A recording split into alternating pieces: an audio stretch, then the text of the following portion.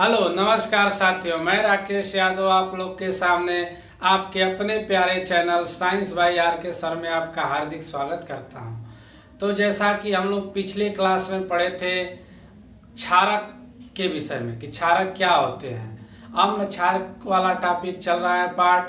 तो क्षारक पढ़े थे कि जो लाल लिटमस को नीला कर देता है उसे क्या कहते हैं, क्षारक करते हैं। यानी जो जल में घुलकर हाइड्रोक्सी आयन देता है उसे क्षारक कहते हैं।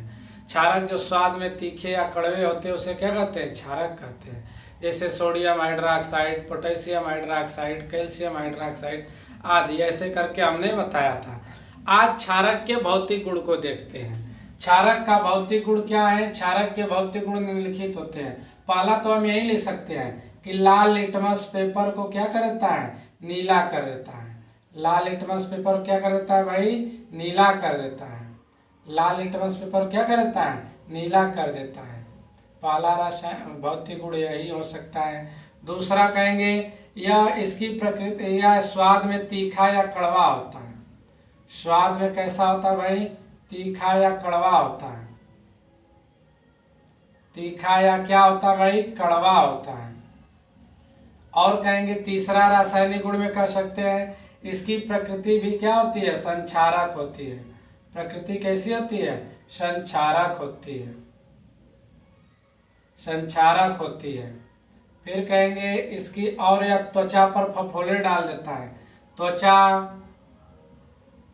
कागज, कपड़ा आदि को नष्ट कर सकता है, आदि को नष्ट कर देता है भाई, नष्ट कर देता है। कौन, क्षारक। क्योंकि क्षारक की प्रकृति कैसी होती है, संक्षारक होती है।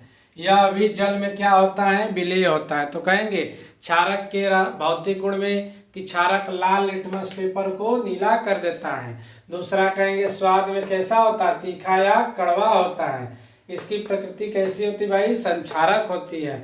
यानी कहने का मतलब है कि त्वचा, कागज, कपड़ा आदि को क्षारक भी क्या कर देते हैं, नष्ट कर देते हैं। तो आपको क्षारक के विषय में, अम्ल के विषय में जरूर समझ में आया होगा। हम लोग अब कल देखेंगे क्षारक के रासायनिक गुण।